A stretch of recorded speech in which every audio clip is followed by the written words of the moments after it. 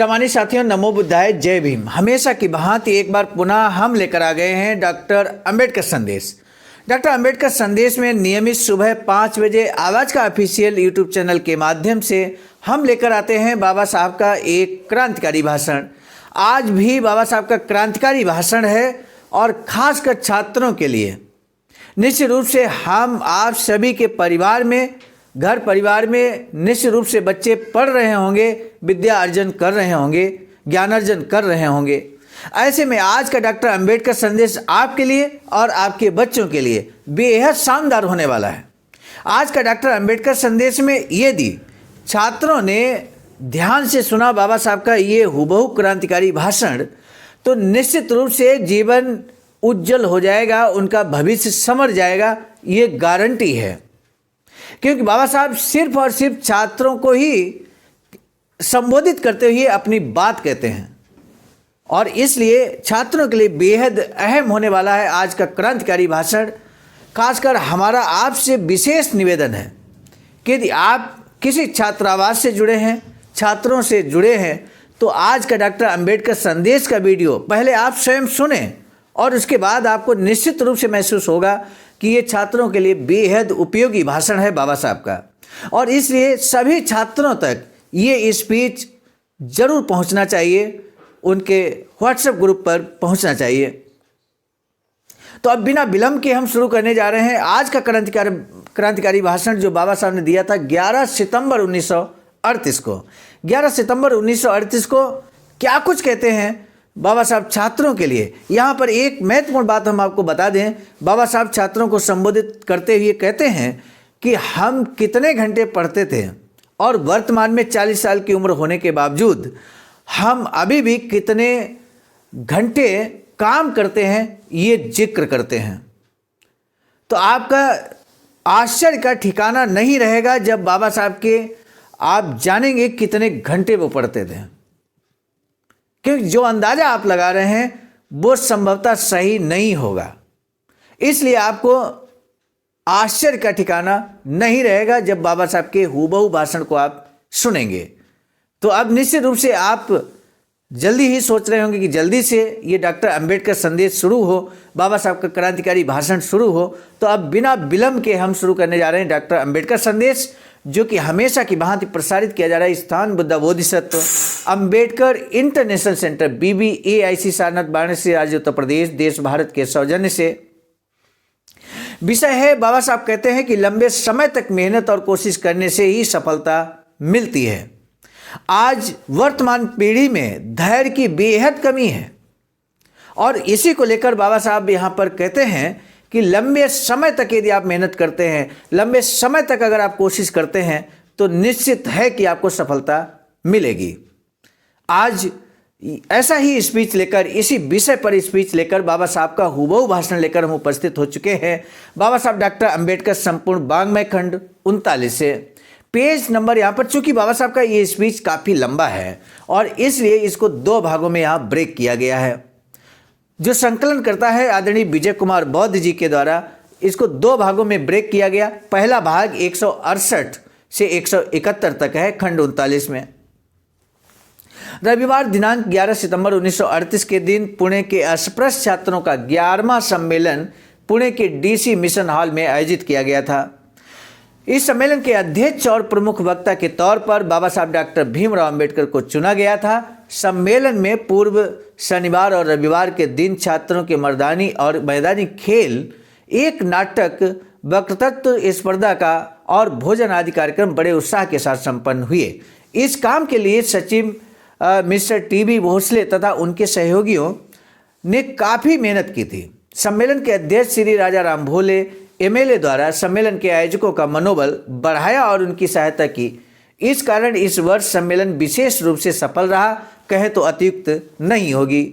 इस वर्ष सम्मेलन के सचिवों में सुश्री घटकांबले नामक छात्रा ने सबके सहयोग में काफ़ी काम किया। कॉलेज की वह पहली छात्रा है।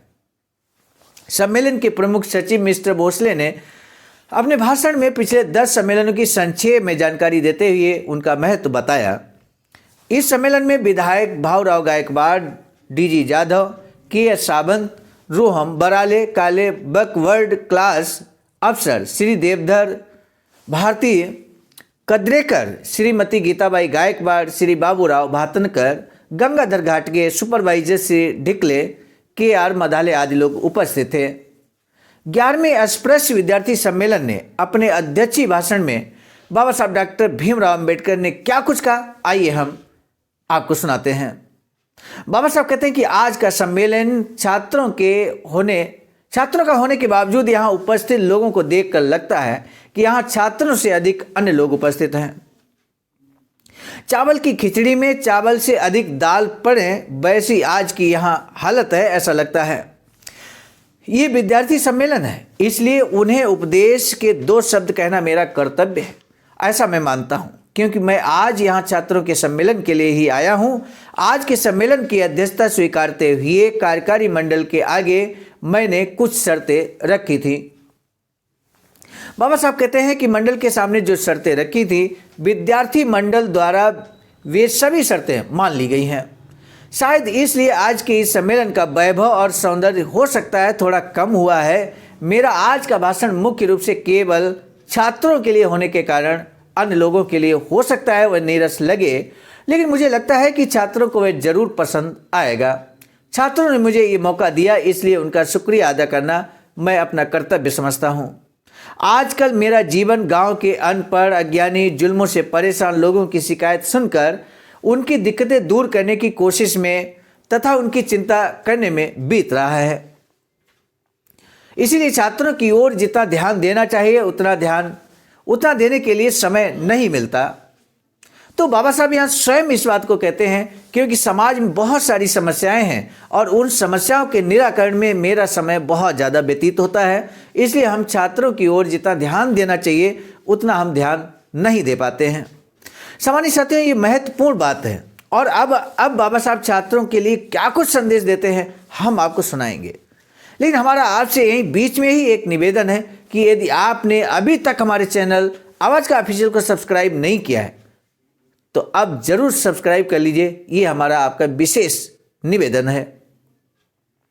बाबा साहब कहते हैं कि कुछ लोगों को लगता है कि मैं छात्रों की ओर ध्यान नहीं दे रहा हूं, कभी कभी उनकी बातों में ये भाव झलकता भी है। लेकिन एक बात मैं आपसे कहना चाहता हूं कि एक व्यक्ति अपने जीवन में विविध तरह के काम बेहतर तरीके से नहीं कर सकता।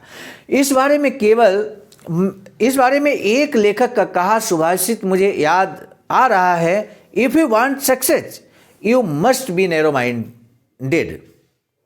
अगर आप सक्सेस प्राप्त करना चाहते हैं तो आपको नैरो माइंडेड होना चाहिए। ये बात बाबा साहब कहते हैं, इसमें बहुत बड़ा अर्थ छिपा है, क्योंकि सब कुछ अकेले करना किसी एक व्यक्ति के लिए असंभव होगा। इसलिए कोई एक काम ढंग से करने के बजाय 10 काम हाथ में लेना ठीक नहीं है।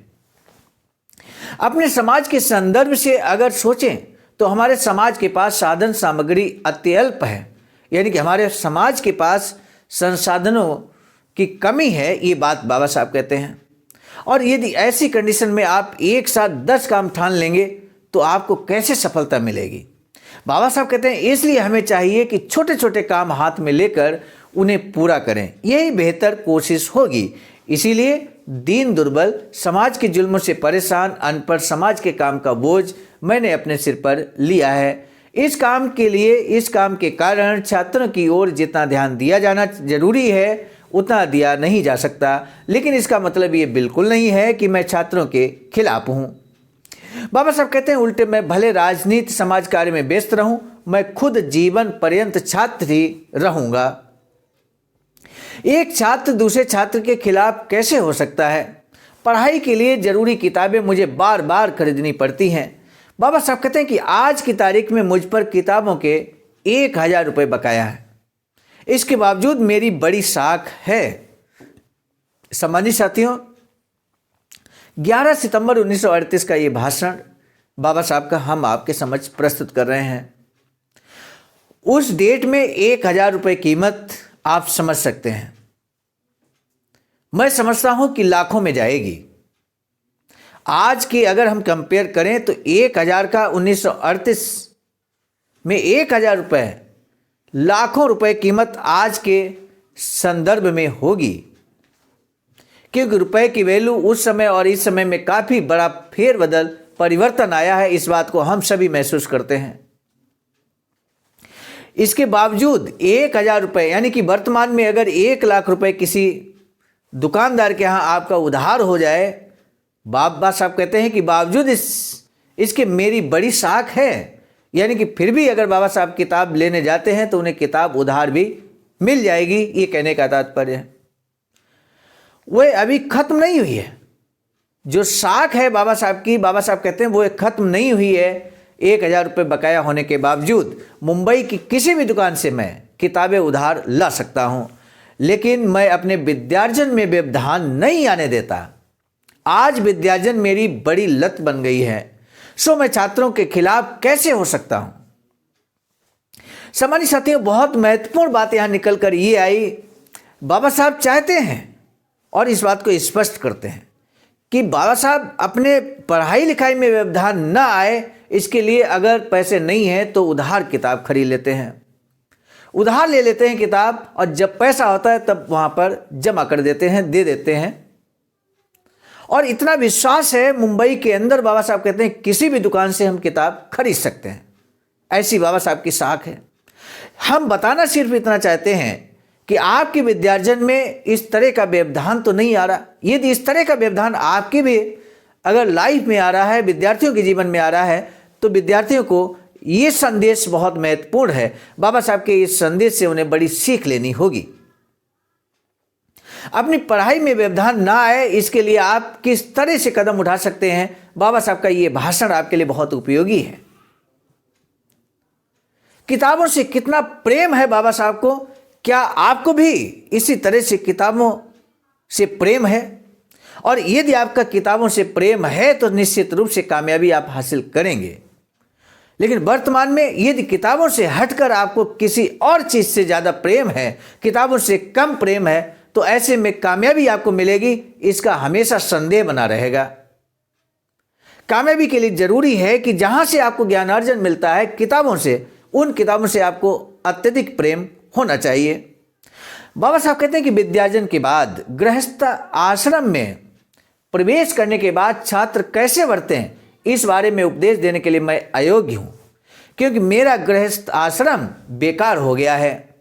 बहुत महत्वपूर्ण बात यहां पर बाबा साहब कहते हैं। जिस समय 1938 में बाबा साहब स्पीच दे रहे हैं, हम सभी इस बात से वाकिफ हैं। उस समय बाबा साहब की पत्नी माता रमाबाई अंबेडकर गुजर चुकी हैं, और यहां तक कि बाबा साहब के बच्चे भी साथ छोड़ चुके हैं। आप समझ सकते हैं बाबा साहब किस पीड़ा में हैं, और इसलिए बाबा साहब कहते हैं कि हमारा जो गृहस्थ आश्रम है वो पूरी तरह से बेकार हो गया है। इसलिए हम विद्यार्थियों को ये संदेश कैसे दें कि आप पढ़ाई लिखाई करने के बाद गृहस्थ आश्रम में जब प्रवेश करेंगे तो आप कैसे अपना गृहस्थ आश्रम सफल बना पाएंगे। ये बाबा साहब स्पष्ट तौर पर कहते हैं। बाबा साहब कहते हैं हालांकि छात्र होते हुए उन्हें कैसे वर्तना चाहिए, इस बारे में मैं जरूर कुछ बातें बता सकता हूं।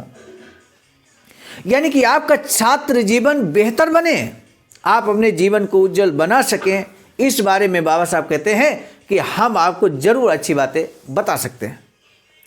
पिछले हजारों सालों से जिस समाज के किसी व्यक्ति को शिक्षा नहीं मिली थी, उस समाज के कई लोग अब विश्वविद्यालयों से बीए और एमए की उपाधियां लेकर निकलते हैं। ये देखकर किसे संतोष नहीं होगा। पहले हमारे समाज में ढूंढ कर भी कोई बीए की उपाधि प्राप्त व्यक्ति नहीं मिलता। पहले कभी कृष्णा जिले का हमारे समाज के एक व्यक्ति ने बीए किया था। वह व्यक्ति इतना प्रसिद्ध हुआ कि केवल उसका नाम श्री बीए लिखने से ही पोस्टमैन उसे खत पहुंचा देता था। बीए होकर वह इतना मशहूर हो गया था। आज हमारे समाज में कई लोग बीए कर चुके हैं।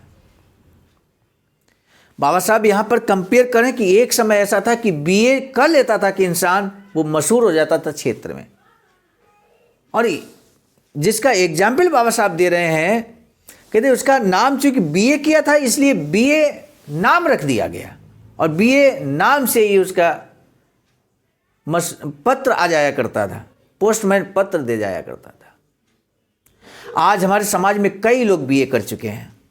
इतना ही नहीं, मजाक ही है कहना हो तो यहाँ कोई एक आध कंकड़ फेंकेगा तो एक किसी बीए पास को ही लगेगा। 1938 की बात है।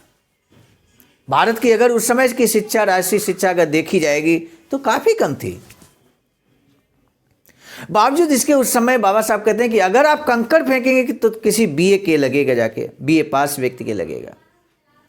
एक बात ध्यान में रखनी होगी कि हमने जिनसे टक्कर, हमारी जिससे टक्कर है वे अगड़े हैं। आज के जीवन कले की आपाधापी में इन अगड़े लोग से हम अगर 19 साबित हुए तो हमारी खैर नहीं, क्योंकि आज सभी सत्ताधारी अगड़े लोग ही हैं। किसी भी दफ्तर में नौकरी मांगने जाओ तो वहां का वरिष्ठ अधिकारी अपने ही लोगों को काम पर रखते हैं, ये खुला सच है। किसी दफ्तर में अगर नौकरी आप लेने जाएंगे तो वहां का जो वरिष्ठ अधिकारी होगा, बाबा साहब कहते हैं वरिष्ठ अधिकारी अगड़े लोग हैं, हम लोग नहीं हैं। और जो अगड़े लोग हैं अगर उनसे नौकरी मांगेंगे तो वो अपने ही समाज, अपने ही जाति के लोगों को रखते हैं, ये खुला सच है। केवल बीए करने से आपको नौकरी नहीं मिलेगी। अगड़ी जात के लोगों के साथ इस स्पर्धा में उतरकर अपनी बुद्धि का प्रभाव दिखाएं, बगैर केवल शिक्षा पाने से भला नहीं होगा। अगड़ी जातियां आपसे देखेंगी नहीं, उल्टे जिस तरह आज तक उन्होंने हमारा तथा हमारे बाप दादों का दमन किया उसी प्रकार वे आपको भी दबा देंगे। बाबा साहब कहते हैं कि आपने बीए कर लिया, आपने एमए कर लिया, आपने एमएससी कर लिया, पीएचडी कर लिया, इससे कोई भला नहीं होने वाला। सिर्फ डिग्रियों से कोई लाभ नहीं होने वाला है जब तक आप किसी क्षेत्र विशेष में अपनी प्रतिभा नहीं दिखाएंगे। जब तक किसी क्षेत्र विशेष में आप अपनी प्रतिभा नहीं दिखाएंगे, आपकी डिग्रियों का कोई मतलब नहीं, कोई मायने नहीं है। क्योंकि आपको आपके जिनसे टक्कर है वो अगड़े लोग हैं और वो उच्च पदों पर पदस्थ हैं, और नौकरी मांगने यदि आप वहां जाएंगे तो वो अपने ही लोगों को रखेंगे। ऐसे में आपको बुद्धि का प्रभाव दिखाना होगा और अपनी योग्यता को दिखाना होगा। बाबा साहब कहते हैं इसीलिए हम कहते हैं, इसीलिए आप इस प्रकार शिक्षा ग्रहण कीजिए कि हमारे सभी छात्र सरस साबित हों। अज्ञानी माता पिता से जन्म पाकर बीए होने का दुर्भिमान न पालें। अपने कर्तव्य का एहसास रखते हुए कड़ी मेहनत से पढ़ाई करें। इस सेंटेंस को समझना बेहद जरूरी है, कहीं अर्थ का अनर्थ आप न लगा लें। इसलिए इस सेंटेंस का आइए अर्थ समझते हैं। बाबा साहब कहते हैं अज्ञानी माता पिता से जन्म पाकर बीए होने का दुर्भिमान न पालें। कई लोग ये बात कहते हैं कि हमारे माता पिता नहीं पढ़े लिखे हैं और हमने तो बीए कर लिया है, हमने एमए कर लिया है, पीएचडी कर लिया है, ये क्या कम है? बाबा साहब कहने की कोशिश कर रहे हैं कि बीए एमए आपने कर लिया है, ये दुर्भिमान न पालें, बल्कि और कड़ी मेहनत करें और सफलता प्राप्त करें। अपने कर्तव्य का एहसास रखते हुए कड़ी मेहनत से पढ़ाई जारी रखें। ये बात बाबा साहब कहते हैं। विद्यार्थियों के लिए कितना बड़ा संदेश है। अगर विद्यार्थी हमारे इस संदेश को सुन रहे हैं, समझ रहे हैं, जान रहे हैं, तो हम आपसे अनुरोध करेंगे कि कमेंट सेक्शन में आप अपनी क्लास का जिक्र कीजिएगा। आपने कितनी योग्यता हासिल की है इसका जिक्र कीजिएगा। और बाबा साहब के इस संदेश से आपको क्या संदेश मिला, क्या सीख मिली, ये जरूर जिक्र कीजिएगा इसी कमेंट सेक्शन में। हमें इंतजार रहेगा आपके कमेंट का। बाबा साहब कहते हैं मैं जब बैरिस्टर बना तब अगड़े वर्ग के बैरिस्टर मुझे महारडा बैरिस्टर कहकर नीचा दिखाते थे, लेकिन मैंने अपने कर्तव्य से उन सब के मुंह पर ताला लगा दिया है। एक और बात समझने की जरूरत है। बाबा साहब जब वकील बनकर आए, बैरिस्टर बनकर आए, लंदन से पढ़ाई करके, अमेरिका से पढ़ाई करके, इतनी पढ़ाई करने के बाद बाबा साहब जब यहां पर आए और बैरिस्टर बने तो जो अगड़े लोग थे, कैसे लोग आपको नीचा दिखाते हैं, इस बात को समझिए। आज भी वर्तमान में भी कहीं कहीं इस तरह की परिस्थितियां देखने को मिलती हैं। इसलिए घबराने की आवश्यकता नहीं है, आपको हीन भावना में ग्रसित होने की आवश्यकता नहीं है। जब बाबा साहब नहीं हुए, अब तो हम बड़ी संख्या में हैं, हमारा प्रतिनिधित्व बड़ी संख्या में है, और यदि हम यूनाइटेड हो जाएं तो हमारी संगठन शक्ति किसने नहीं देखा 2 अप्रैल 2018 को जब भारत बंद आंदोलन हुआ, हर किसी ने लोहा माना हमारे संगठन का, आंदोलन का। इसलिए ध्यान रहे, अब हम अकेले नहीं हैं। और जब बाबा साहब अकेले थे तब अगड़े लोग बाबा साहब को महारडा यानी कि महार जात से बाबा साहब बिलोंग करते थे, महारडा बैरिस्टर कहकर नीचा दिखाते थे। लेकिन मैंने अपने कर्तव्य से उन सबके मुंह पर ताला लगा दिया। बाबा साहब ने अपने कर्तव्य के बल पर उनके मुंह पर ताला लगा दिया है। तो बाबा साहब संदेश ये देना चाहते हैं कि आप भी अपना कर्तव्य तो करें ईमानदारी से। आप जो कर्तव्य करेंगे ईमानदारी से तो निश्चित है कि आप भी बहुत बेहतर करके दिखाएंगे। बाबा साहब कहते हैं कुछ दिव्य किए बगैर हमें महत्व प्राप्त नहीं होता, यानी कि कुछ अलग हटके जब तक आप नहीं करेंगे, बेहतर नहीं करेंगे, तब तक हमें महत्व नहीं मिलेगा। बाकी समाज के साथ ऐसा नहीं है। जब हम सोने जैसा मूल्यवान काम करेंगे तब जाकर अन्य वर्गों के लोग उसे निकल जैसा काम मानेंगे, और उनके निकल के मूल्य के काम को भी सोने जैसा मूल्य प्राप्त है। आज यही व्यवहार चलन में है। ऐसा है कि अगर कोई महार, मांग या चमार महिला सोने के आभूषण पहनकर निकले तो भी उन्हें उच्च वर्ग के लोग नकली और झूठे मानते हैं।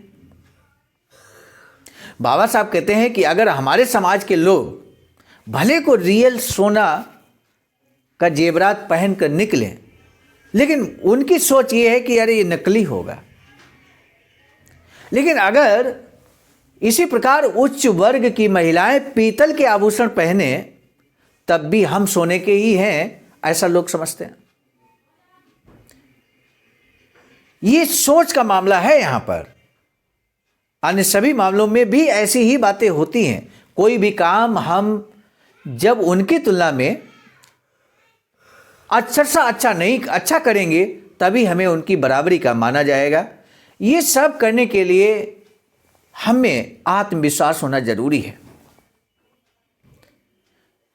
सेल्फ कॉन्फिडेंस की बात बाबा साहब करते हैं। मेरे साथियों, हमारे अंदर सेल्फ कॉन्फिडेंस है या नहीं है? सेल्फ कॉन्फिडेंस नहीं है तो हम कुछ नहीं कर सकते। आत्मविश्वास की तरह कोई अन्य दैवी शक्ति नहीं है। हमें अपना आत्मविश्वास नहीं गंवाना चाहिए। मान लीजिए कुश्ती लड़ने के लिए अखाड़े में उतरा पहलवान अगर प्रतिस्पर्धी पहलवान की भुजाओं से डर जाए तो क्या वो कुछ कर पाएगा? मैं यही मानता हूं कि मैं जो चाहूं वह कर सकता हूं।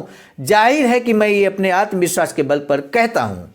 मेरे ऐसा कहने पर कुछ लोग मुझे घमंडी शेखीबाज कह सकते हैं, लेकिन मैं कहता हूं कि न घमंड है न शेखी है, ये है आत्मविश्वास। आत्मविश्वास के बल पर ही मैं ये बोल सकता हूं। सामान्य साथियों, विद्यार्थियों, बाबा साहब ये कहने की कोशिश कर रहे हैं कि आत्मविश्वास के बल पर लंबी लंबी लड़ाइयां, बड़ी बड़ी लड़ाइयां जीती गई हैं। इतिहास उठाकर देखिए। सेल्फ कॉन्फिडेंस से आपके जीवन में कामयाबी हासिल होगी। मैं चाहूं तो बड़े आराम से 1.25 लाख की बात करूं। आप ही की तरह मैं एक महार महिला के पेट से पैदा हुआ हूं। गरीबी के बारे में कहें तो आज जो गरीबों में गरीब छात्र हैं उनसे अलग मेरी स्थिति नहीं थी। अच्छी संभालियों को आज अन्य अनुकूलता मेरे लिए नहीं थी। मुंबई में डेवलपमेंट डिपार्टमेंट की चाल के 10 बाय के इस कमरे में 10 बाय 8 के इस कमरे में माता पिता और भाई बहनों के साथ रहकर 1 पैसे के मिट्टी के तेल के दिए की रोशनी में मैंने पढ़ाई की। किस तरह से बाबा साहब ने पढ़ाई की, समझिए बात को। एक कमरे में रहते थे, चाल के एक कमरे में माता पिता और भाई बहनों के साथ में। 1 पैसे के मिट्टी के तेल के दिए। आज अगर लाइट चली जाए तो बच्चे पढ़ाई बंद कर देते हैं। आप अगर विद्यार्थी हैं तो आपको लग रहा होगा कि बहुत ही कड़वी बात बोली जा रही है।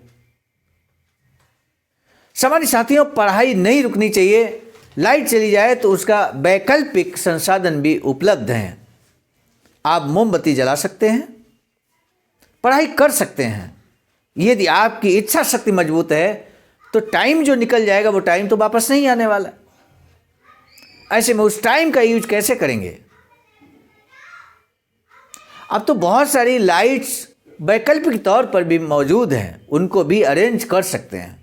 यदि नहीं कर सकते हैं, नहीं कर पाते हैं, तो बहुत सारी चीज़ें आज भी आप पढ़ सकते हैं। लेकिन यदि आपने अपनी पढ़ाई लिखाई को लाइट के भरोसे जोड़ दिया, किसी अन्य संसाधन के भरोसे जोड़ दिया, तो आप जीवन में कामयाबी हासिल नहीं कर पाएंगे। क्यों? कभी लाइट होगी, कभी नहीं होगी, कभी आपके पास अन्य संसाधन होंगे, नहीं होंगे। इसका मतलब आप पढ़ाई रोक देंगे।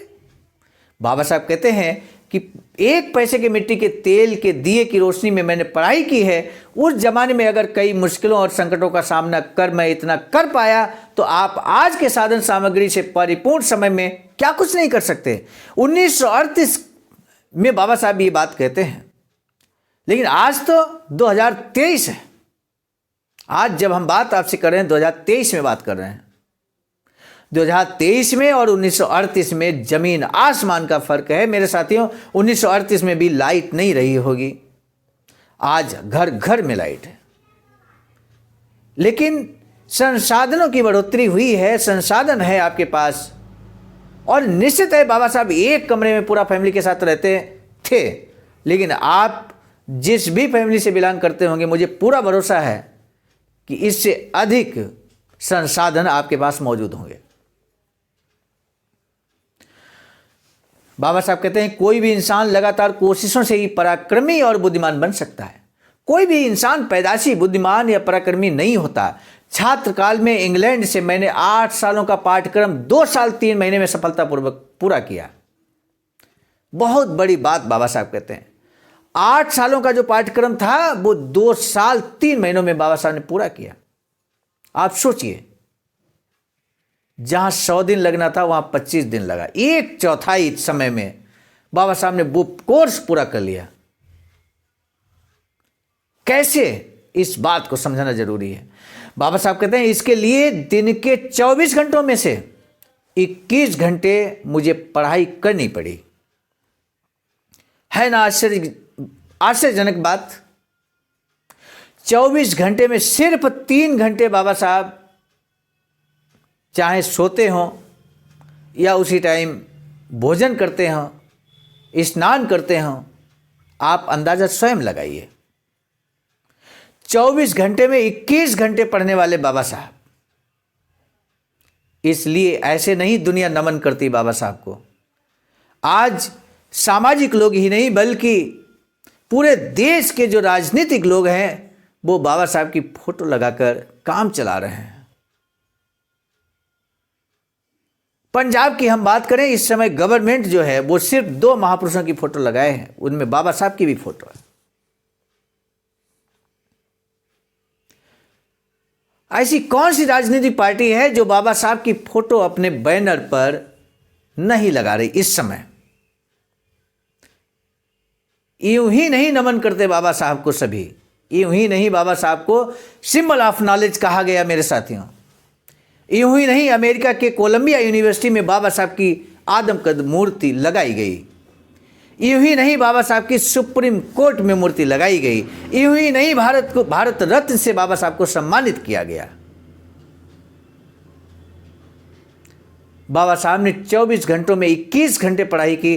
आप कितने घंटे पढ़ाई करते हैं? और आप जितने घंटे पढ़ाई करते हैं उतने में ही आपको लगता है कि बहुत कुछ हो गया।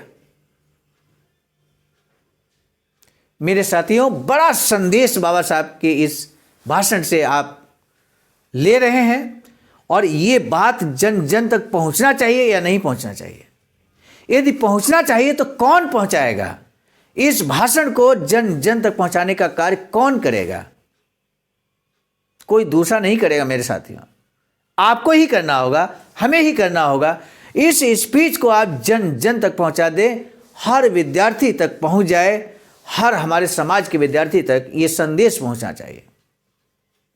बाबा साहब कहते हैं आज मेरी उम्र 40 से अधिक है, लेकिन आज भी मैं 24 में से लगातार 18 घंटों तक कुर्सी में बैठकर काम करता रहता हूं। 24 घंटे में 18 घंटे, मात्र 6 घंटे अन्य कार्यों के लिए, 18 घंटे काम बैठकर करते हैं बाबा साहब। आजकल के युवाओं को तो लगातार आधे घंटे तक कुर्सी में बैठकर काम करने के लिए चुटकियां भर भर के सूंघनी पड़ती हैं, या फिर सिगरेट पीते हुए हाथ पैर तान कर कुछ समय ऊंघे बगैर, सोए बगैर काम नहीं किया जा सकता। इस उम्र में भी मुझे इनमें से किसी चीज की जरूरत महसूस नहीं होती। बाबा साहब कहते हैं 40 साल की उम्र में भी हमें नींद नहीं आती। हम 18 घंटे पढ़ते हैं, 18 घंटे काम करते हैं, लिखने और पढ़ने का काम करते हैं। मेरे साथी, यूं ही नहीं, भारतीय संविधान के बाबा साहब निर्माता है। सालों साल लग जाता है, दसियों साल लग जाता है, किसी देश का संविधान तैयार नहीं हो सकता, नहीं हो पाता है।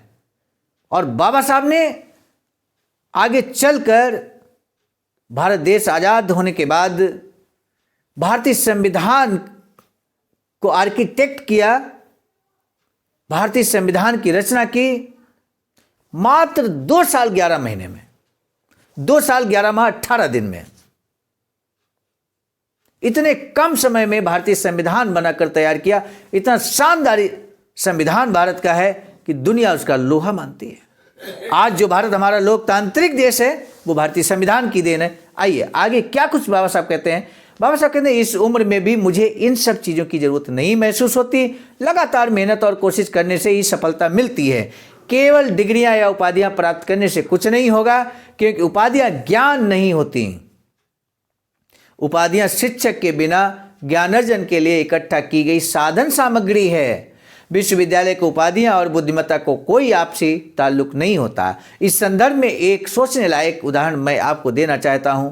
7वें एडवर्ड की मृत्यु के बाद जब पंचम जॉर्ज 1911 में सत्तासीन हुए, तब एक बार हिंदुस्तान आकर लौटने के बाद हिंदुस्तान के विश्वविद्यालयों के उन्होंने कई लाख रुपए की ग्रांट दी। उस ग्रांट की रकम का उपयोग कर गणित में प्रवीण एक प्रोफेसर को भारत बुलाकर उसके ज्ञान का फायदा यहाँ के लोगों को देना तय हुआ।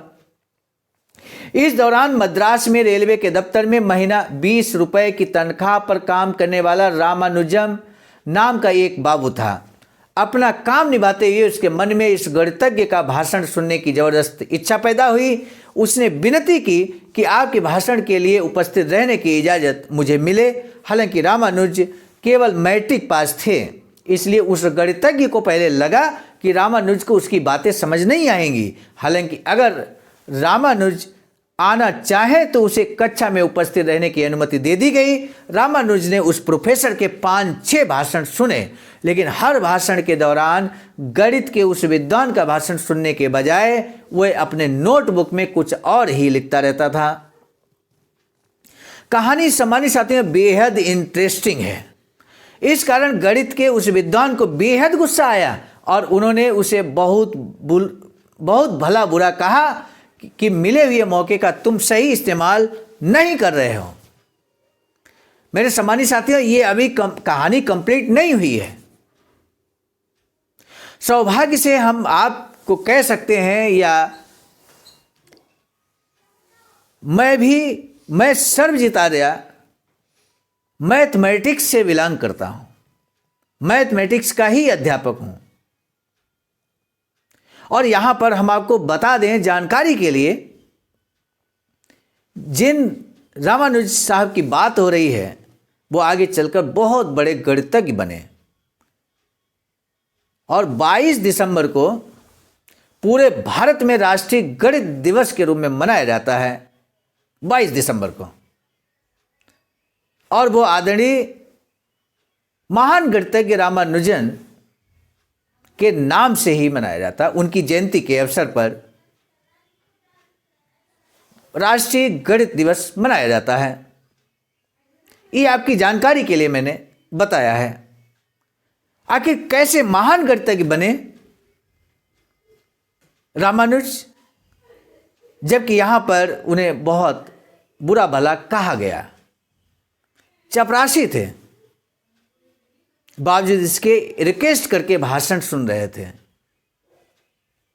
तो ऐसे में कैसे वो महान गणितज्ञ बने, आगे क्या कुछ उनके जीवन में हुआ, और बाबा साहब विद्यार्थियों के लिए रामानुजम का एग्जाम्पल देकर क्या विशेष संदेश देना चाहते हैं। यदि आपको लगता है कि ये जिज्ञासा आपकी शांत होनी चाहिए, बाबा साहब विद्यार्थियों को और क्या संदेश देना चाहते हैं इस एग्जाम्पल के माध्यम से, तो आपको अगला डॉक्टर अम्बेडकर संदेश का इंतजार करना पड़ेगा, जो हम कल लेकर उपस्थित होंगे। आज का डॉक्टर अम्बेडकर संदेश बस यहीं तक। आज का पहला प्रश्न, डॉक्टर बाबा साहब भीमराव अम्बेडकर ने खिचड़ी का उदाहरण और छात्रों के प्रति अपना कर्तव्यों का पालन करने की बात कही है, इस बारे में आप अपने विचार लिखें। डॉक्टर बाबा साहब ने शिक्षा, आत्मविश्वास, बुद्धिमान एवं पराक्रमी और सफलता के लिए क्या मार्ग बताया है। इन दो प्रश्नों में से किसी एक का जवाब आपको देना है। यदि आप इन दो में से नहीं देना चाहते तो अब हम आपसे पूछते हैं, भारत में राष्ट्रीय गणित दिवस कब मनाया जाता है? इसका आंसर दे दीजिए। क्वेश्चन सिर्फ इसलिए पूछा जाता है कि हम जानना चाहते हैं कि आखिर कौन से साथी हैं जो इस डॉक्टर अंबेडकर संदेश को अंत तक सुनते हैं, क्योंकि जो अंत तक सुनेंगे उन्हें ही प्रश्न मिलेंगे, वही जवाब देंगे। आज का डॉक्टर अंबेडकर संदेश अब समाप्त करने की इजाजत दीजिए। पुनः मिलेंगे नए डॉक्टर अंबेडकर संदेश में, लेकिन इससे पहले हम आपको बता दें, आज का डॉक्टर अंबेडकर संदेश हम लेकर आए थे मिस्टर नायक बुद्धमित्र मुसाफिर सर, राष्ट्रीय महासचिव आवाज का नई दिल्ली। संकलनकर्ता के रूप में परम आदरणीय विजय कुमार बौद्ध जी, प्रांतीय कोषाध्यक्ष आवाज का बिहार। आदरणीय बुद्धमित्र मुसाफिर सर की प्रेरणा है और आदरणीय विजय कुमार बौद्ध जी का संकलन है डॉक्टर अंबेडकर संदेश का, और प्रस्तुतकर्ता के रूप में मैं स्वयं सर्वजित आर्य, राष्ट्रीय कोषाध्यक्ष आवाज का नई दिल्ली। आज का डॉक्टर अंबेडकर संदेश जन जन तक पहुंचाइएगा सम्मानित साथियों, ये निवेदन है हमारा आपसे। और इसी निवेदन के साथ अब हम डॉक्टर अंबेडकर संदेश को यहाँ पर समाप्त करने जा रहे हैं। मिलेंगे नए डॉक्टर अंबेडकर संदेश में, इसी के शेष भाग में। तब तक दीजिए इजाजत। आप सभी को सादर नमो बुद्धाय, जय भीम।